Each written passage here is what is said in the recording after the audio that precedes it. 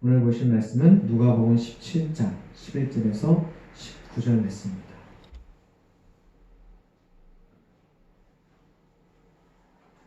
누가복음 17장 11절에서 19절 말씀, 신약성경 124쪽입니다. 누가복음 17장 11절에서 19절 말씀입니다.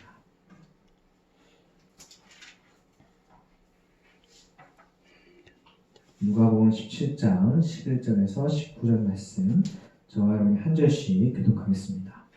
예수께서 예루살렘으로 가실 때에 사마리아와 갈릴리 사이로 지나가시다가 한 마을에 들어가시니 나병 환자 10명이 예수를 만나 멀리 서서 소리를 높여 이르되 예수 선생님이여 우리를 불쌍히 여기소서 하거늘 우시고 이르시되 가서 제사장들에게 너의 몸을 보이라 하셨더니 의사합니다.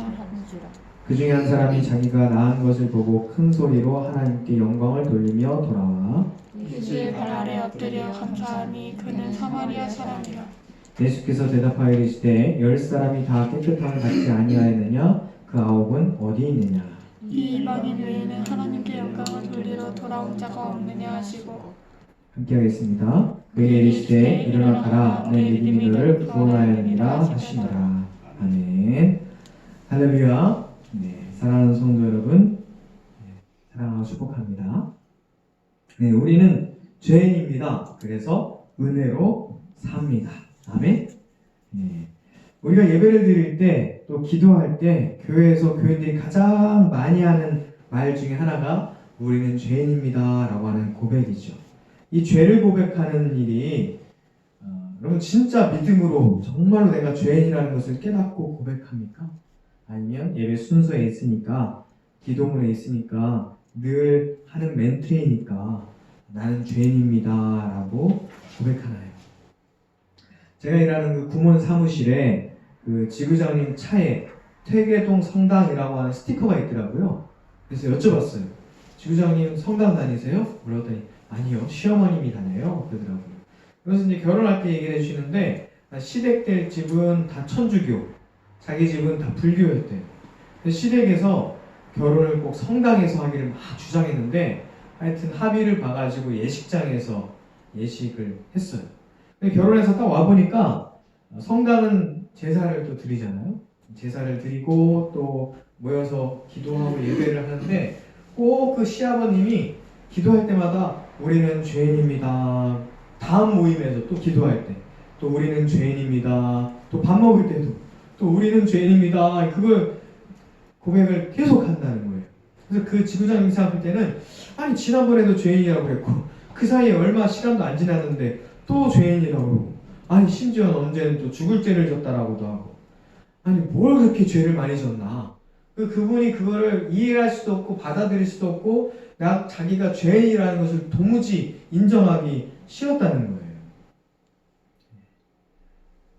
세상 많은 사람들이 자기가 죄인이라는 것을 깨닫지 못하고 인정하기 싫어합니다. 죄인의 뜻이 뭘까요? 단순히 세상의 법을 어기고 나쁜 일을 하고 그런 게 죄인일까요? 그러니까 믿음 없는 사람들이 믿는 사람들이 우리는 죄인입니다 라고 하는 그 말을 잘 이해를 못하는 거예요. 누가복음 5장 31절과 32절에 예수님께서 이렇게 말씀합니다. 예수께서 대답하여 이르시되 건강한 자에게는 의사가 쓸데없고 병든 자에게라야 쓸데있나니 어떻게 해요? 내가 의인을 부르러 온 것이 아니요 죄인을 불러 회개시키러 왔노라 라고 말씀합니다. 이 말씀은 진짜 건강한 자에게 하신 말씀이 아니라 건강하다고 착각하는 자에게 진짜 의인에게 하신 말씀이 아니라 자기가 의롭다라고 착각하는 죄인에게 하신 말씀이죠. 당신의 병을 아십시오. 그러면 치료법을 알 수 있습니다. 누가 한 말일까요? 웨슬리가 원죄라고 하는 설교에서 한 이야기예요. 웨슬리의 설교에서도 알 수 있듯이 우리의 병을 아는 것이 중요합니다. 그래야 치유할 수 있어요. 우리의 죄를 아는 것이 중요합니다. 그래야 죄사함을 받을 수 있어요. 저에게는 불치병이 있습니다. 고칠 수 없는 병이에요. 그런데 걱정하지 마십시오. 죽을 만큼 아프지만 이 병 때문에 당장 죽진 않습니다. 통풍이라는 병인데요. 죄송합니다. 정말 병 때문에 오늘 내일 하시는 분 계실 수도 있는데 생명을 가지고 장난하는 것처럼 들릴 수도 있잖아요. 그런데 인간은요, 누구나 언젠가 다 죽어요. 그 시간이 빨리 오느냐 좀 천천히 오느냐의 차이일 뿐이죠. 똑같은 암에 걸려도 어떤 사람은 빠르게 진행돼서 몇 개월 안에 죽는 환자도 있고, 어떤 환자는 천천히 진행이 돼서 몇 년 그 이상 사는 분도 계시잖아요. 우리의 인간의 생명에 죄가 들어와서 누구나 영원히 살 수는 없는 거거든요. 대신 그 시간이 짧으냐 기냐, 빨리 오느냐 느리게 오느냐 그 차이일 뿐이에요. 저는 그 통풍이라는 병의 증상이 나타나면 진짜 죽을 것처럼 아파요. 왜 통풍일까요? 바람만 스쳐도 아프다 그래서 통풍이라고 해요. 진짜 막 뼈를 바늘로 막 콕콕 찌르는 건데, 그 요산 결정체라고 하는 게 관절에 이렇게 쌓이는 건데요. 이 요산 결정체의 모습이 현미경으로 보면 저런 모습이래요. 마치 바늘과 같죠. 저게 관절에 쌓이는 거예요. 진짜 아파 죽을 것 같아요. 음식 조절하고 약 꾸준히 먹고 물 많이 먹으면 요산 수치가 떨어져가지고 증상이 나타나지 않는다고 합니다. 참 근데 인간이 간사한 게요, 조금 아픈 지 오래되고 통증이 나타나지 않으면 내가 언제 아팠나 그 통증을 잊어버려요.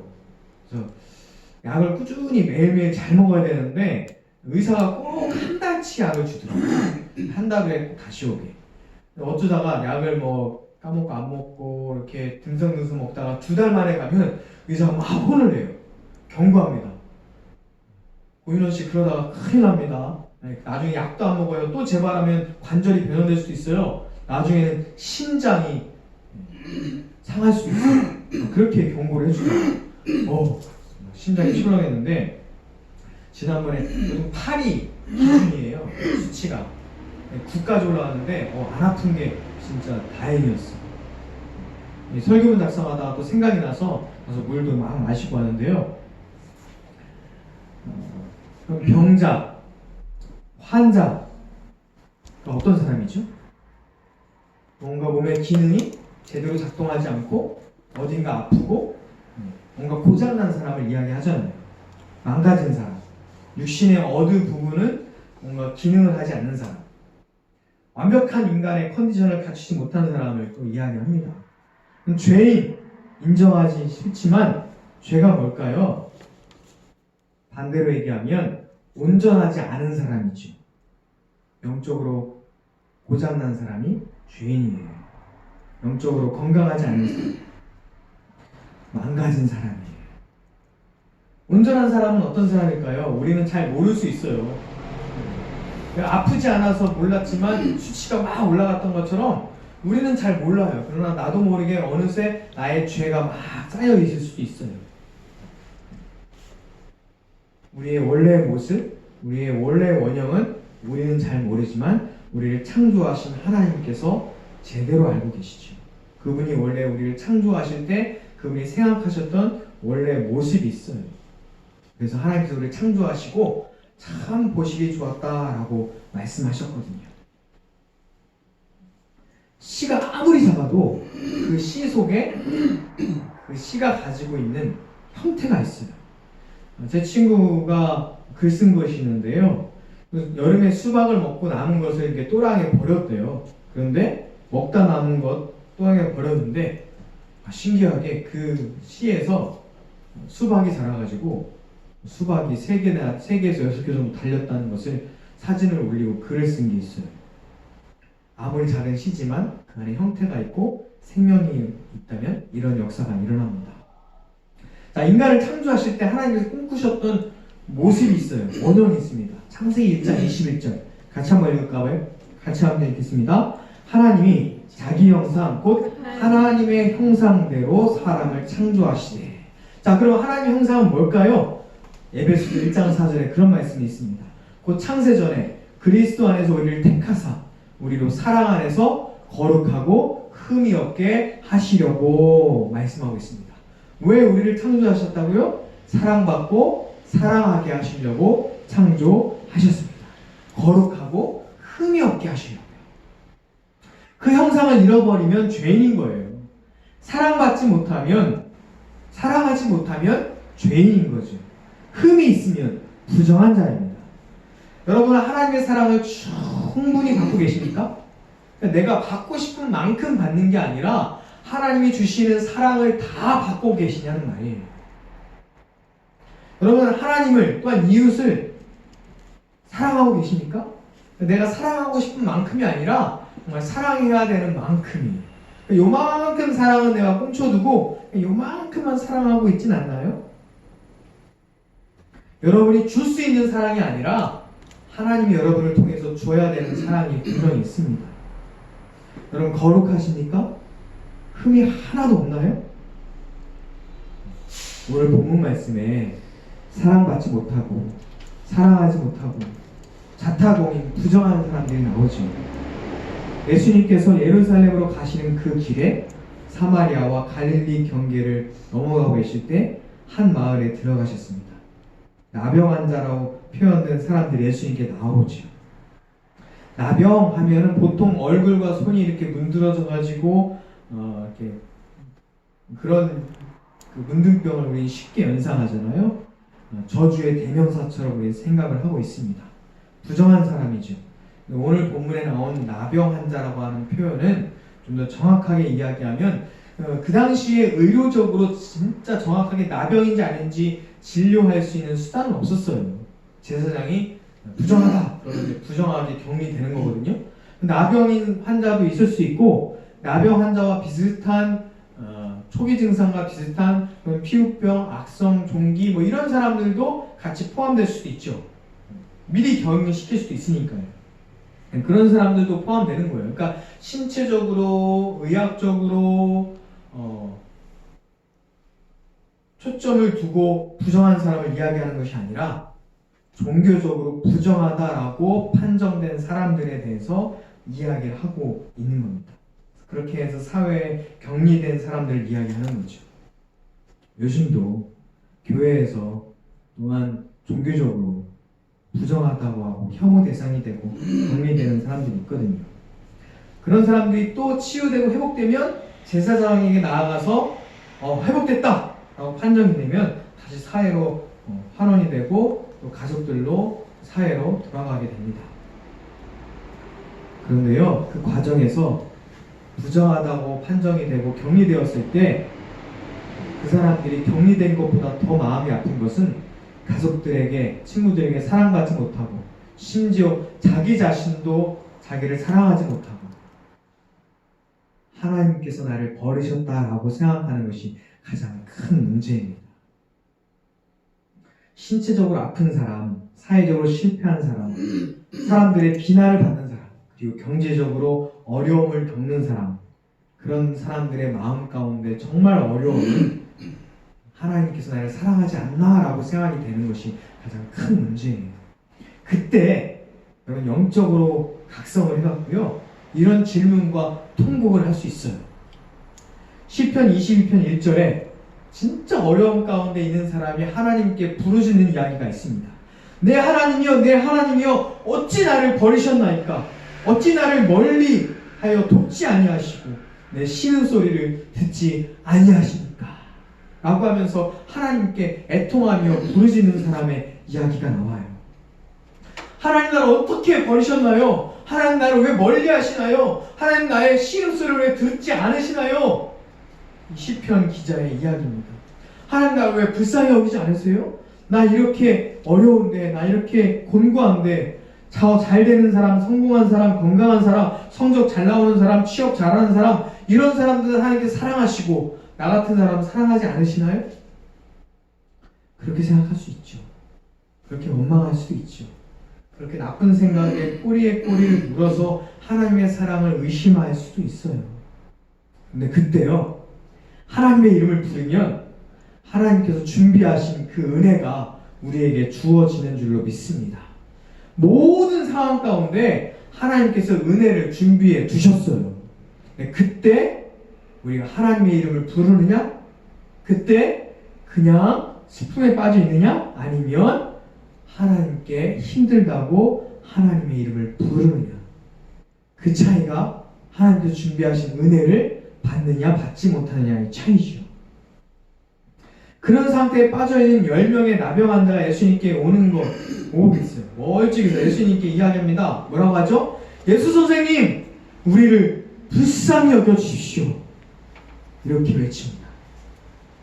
그들이 예수님에 대한 소문을 벌써 그 전부터 듣고 있었을 거예요. 예수님께서 먹이시고 입히시고 사람들을 고치시고 수많은 기적을 행하는 이야기를 들었을 겁니다. 그들이 들은 이야기는 단순히 기적의 이야기가 아니에요.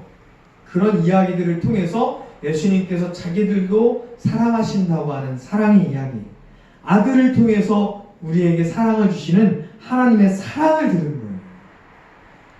세상 사람들이 다 부정하다고 해도, 세상 사람들이 다 외면해도, 불쌍하게 여기지 않아도 예수님이라면 나를 보시고, 예수님이라면 나를 외면하지 않으시고, 예수님이라면 나를 불쌍히 여겨달라고 외칠 때 정말 나를 불쌍히 여겨주실 것이라고 하는,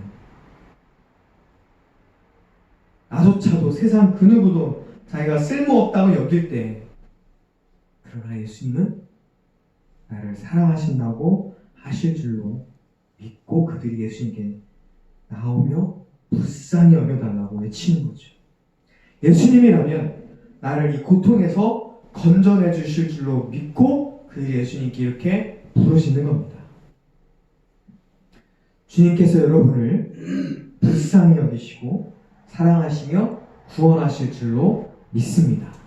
사랑하는 성도 여러분, 우리 죄를 깨닫고 우리의 부정함을 깨닫고 우리의 사랑 없음을 깨닫고 예수님께서 주님, 우리를 불쌍히 여겨주십시오 하고 외치는 자들을, 그들에게 하나님의 사랑을 주시는 것처럼 그 사랑을 받는 저와 여러분들에게 주의 이름으로 축원합니다. 아까도 말씀드렸죠? 아픈 거, 병든 거 알면 다행이라고요. 나도 모르게 수치가 막 올라가고 있을지 몰라요. 나도 모르게 내가 깨닫지 못하는 죄들, 내가 알고도 지는 죄들이 계속 있을 수도 있죠. 오늘 본문에 나오지 않지만요, 예루살렘으로 가는 그 여행 가운데 바리새인들이 계속 같이 하고 있었어요. 그들은 스스로 의롭다라고 여기는 사람들이었어요. 그래서 예수님은 뭐라고 비난해요? 죄인과 세리들과 함께 어울리고 먹는 자다라고 막 예수님을 비난했거든요. 같은 공간에 있으면서 어떤 사람들은 불쌍히 여겨달라고 얘기하고 어떤 사람들은 예수님을 비난해요. 나는 불쌍히 여길 만한 사람이 아니야. 나는 좋은 사람이야. 나는 살만해. 뭐 그렇게 얘기하는 거죠. 참 안타깝습니다. 부자와 나사로, 지난주에 얘기했던 그 부자와 나사로에서 부자, 잘 먹고 성공하는 듯이 평생 살았어요. 그런데 음부에 들어가잖아요. 세상에서 잘 먹고 성공하고 잘 사는 것이 진짜 잘 사는 것인지 모르는 거예요. 자기가 죄인 것도 모르고 자기가 실패한 인생인지도 모르고 불쌍한 인생인지도 모르고 정말 자기를 구원할 구세주도 알아보지 못하고 그렇게 살아가는 거죠. 이어서 예수님께서 은혜를 입지만 육신의 은혜만 입고 영육의 은혜를 다 입지 못하는 사람들이 있고 또 온전한 은혜를 입는 사람, 그래서 하나님께 영광 돌리는 사람이 또한 나오게 됩니다. 자, 10명의 나병 환자들을 보고 예수님께서 그들에게 이야기를 해주세요. 자, 제사장에게로 가서 너희를 보이라 이렇게 얘기해요. 이왕이면 예수님께서 만져주시고 너희들의 병이 나을지어다 하고 선포도 해주시고 뭔가 이렇게 어떤 기도도 막 해주시면서 어떤 역사를 막 이루시면서 그들 눈앞에서 바로 병이 고침을 받고 깨끗한 상태에서 제사장에게로 막 가면 얼마나 좋아요. 그런 것도 없어요. 그냥 예수님께서 아직도 병이 있는데 제사장에게 가서 보이라 그냥 이렇게 얘기했어요. 그들이 믿음을 가지고 제사장에게 갑니다. 병을 고치실 예수님의 능력에 대한 믿음이 그들에게 다 있었어요. 그런 믿음은 다 가죠. 가는 중에 고침을 다 받아요. 그 중에 한 명이 자기의 깨끗함을 보고 어떻게 합니까? 예수님께로 돌아오며 큰 소리로 하나님께 영광을 돌리며 예수님의 발 앞에 엎드려 감사합니다. 그의 영적인 눈이 뜨이는 거죠. 이 장면을 보면 빌립보서 2장의 말씀이 생각이 납니다. 빌립보서 2장 10절과 11절 같이 읽겠습니다. 하늘에 있는 자나 땅에 있는 자들과 땅 아래에 있는 자들로 모든 무릎을 예수의 이름에 꿇게 하시고 모든 입으로 예수 그리스도를 주라 시인하여 하나님 아버지께 영광을 돌리게 하셨느니라. 아멘. 병이 들 수 있어요. 그러나 병이 나을 수도 있고 계속 아플 수도 있죠. 실패할 수도 있습니다. 다시 성공할 수도 있고 계속 어려운 가운데 있을 수 있어요. 시험 못 볼 수도 있어요. 다음 시험에 잘 볼 수도 있고 또 못 볼 수도 있죠. 고난과 슬픔과 역경 가운데 있는데 극복할 수도 있고 계속 어려울 수도 있어요. 언제까지 어려울지도 몰라요. 근데 여러분 그때 중요한 것은요, 예수님을 향한 믿음이 생기느냐 안 생기느냐가 중요한 거예요. 사마리아 사람은요 사실 제사장에 갈 필요가 없던 사람입니다. 제사장들은 유대인들의 제사장이었어요. 갈 수도 없었어요. 가서 제사 드릴 성전도 사마리아 사람들에게는 없었어요. 그러니까 그것 때문에 예수님께로 돌아왔다라고 단정 지을 수는 없고요. 단지 율법적인 의무감에 모범을 보이는 그 사람들의 보다는 예수님이 더 가까운 거죠. 요즘도 사실 의인보다는 죄인이 더 예수님께 가까이 있잖아요. 건강하다고 착각하는 사람들은 의사 없이도 살아요. 의인이라고 착각하는 사람들은 예수님 없이도 하나님의 은혜 없이도 잘 사는 것 같죠? 어쨌든 중요한 것은 사마리아 사람은 은혜의 근원이신 예수님께로 돌아왔다는 겁니다. 그는 은혜의 결과로 받은 건강함을 누리는 것도 중요하지만 그 건강함을 주신 예수님께로 왔다는 거예요. 예수님은 그 사람의 믿음을 칭찬합니다. 뭐라고 칭찬하죠? 내 믿음이 너를 구원하였다. 그럼 믿음은 아무리 작아도 진짜냐 가짜냐가 중요합니다. 건강 주실 줄 믿는 것도 믿음이죠. 재정을 해결해 주실 걸 믿는 것도 믿음이죠. 그런데 진짜 우리에게 필요한 믿음은 우리를 구원하실 예수 그리스도를 믿는 믿음이에요. 예수님이 하나님의 아들임을 믿는 것이 진짜 믿음입니다. 예수님이 우리를 사랑해 주셔서 십자가에 죽기까지 우리를 사랑하셨음을 믿는 것이 진짜 믿음입니다. 예수님께서 죽으셨지만 다시 3일 만에 부활하셔서 또한 우리도 예수님처럼 우리가 부활할 것을 믿는 것이 또한 진짜 믿음입니다. 그 예수님의 은혜를 힘입어서 우리가 힘들고 약하고 쓰러지고 넘어지고 또 죄를 지어도 예수님의 이름으로 우리는 영원한 삶을 사는 것을 믿는 것이 진짜 믿음이죠. 여러분, 진짜 믿음으로 구원받아 하나님을 찬양하는 저와 여러분 되기를 주의 이름으로 축원합니다. 기도하겠습니다. 사랑과 은혜 하나님 감사합니다. 우리가 아픈 것을 알면 치료할 수 있습니다. 우리가 죄인인 것을 알면 죄사함을 받을 수 있습니다. 아픈 것 알지도 못하고 자기가 죄인인 것도 모르고 은혜가 필요 없이 사는 사람도 너무나 많이 있습니다. 우리의 죄를 깨닫게 하시고 우리의 죄 가운데 예수 그리스도의 은혜를 받는 사람, 하나님의 사랑을 받는 사람이 되게 하여 주시옵소서. 십자가에 죽기까지 사랑하신 그 사랑을 우리가 받게 하여 주시옵소서. 네 믿음이 구원하였다라고 하는 그 말씀처럼 진짜 그냥 세상에 많은 사람들이 갖는 가짜 믿음이 아니라 진짜 예수 그리스도를 믿는 믿음을 우리가 갖고 살게 하여 주시옵소서. 그 믿음으로 구원받는 삶은 구원의 삶을 살아가는 하나님의 사람들이 되게 하여 주시옵소서. 예수님의 이름으로 기도합니다. 아멘. 우리 주 하나님 살아계신 주 찬양하겠습니다.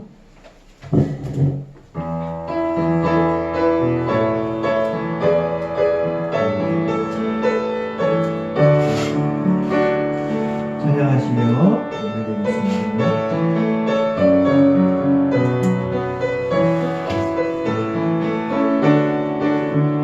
주 하나님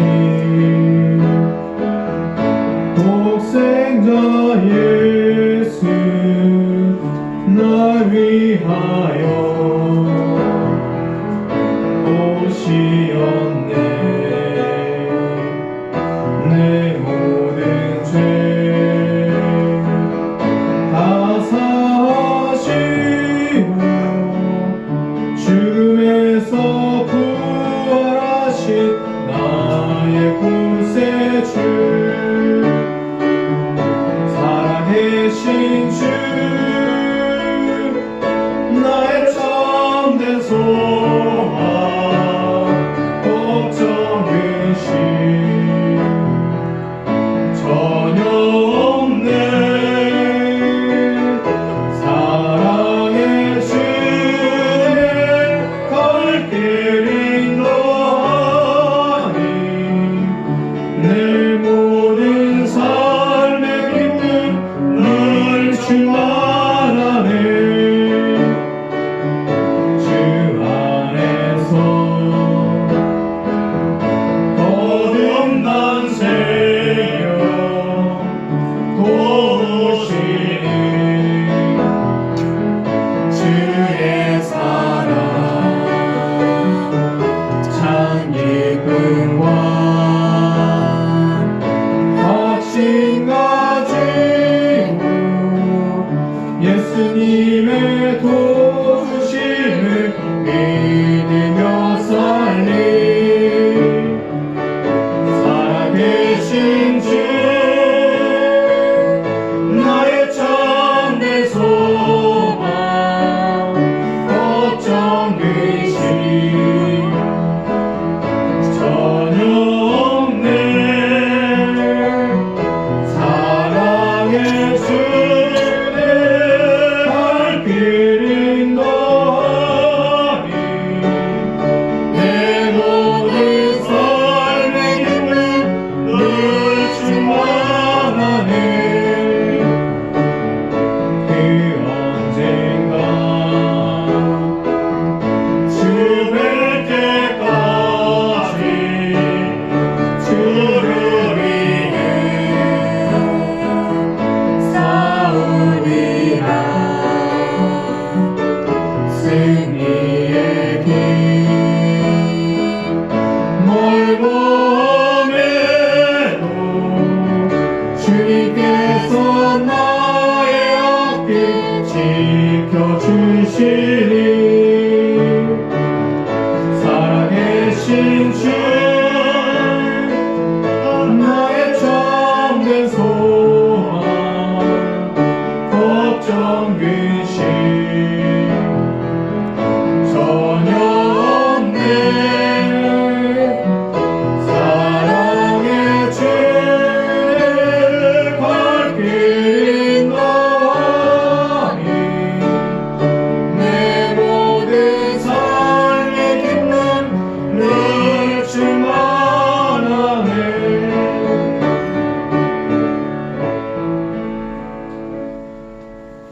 하나님 감사합니다. 이 시간 드려진 예물 주님께서 기뻐 받아주시옵소서.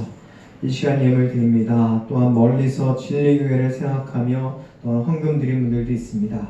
하나님 그들의 손길도 하나님 기억하여 주시옵소서. 하나님 이 예물을 통해서 하나님의 나라와 주의 복음이 전파되게 하여 주시옵고 이 교회가 든든히 서가도록 주님께서 역사하여 주시옵소서. 이제 우리 주 예수 그리스도의 은혜와 하나님의 크신 사랑과 성령의 함께 하심이 오늘 예배를 드리며 믿음으로 살아가는 하나님의 사람들에게 이제부터 영원토록 함께 하시기를 간절히 축원하옵나이다. 아멘.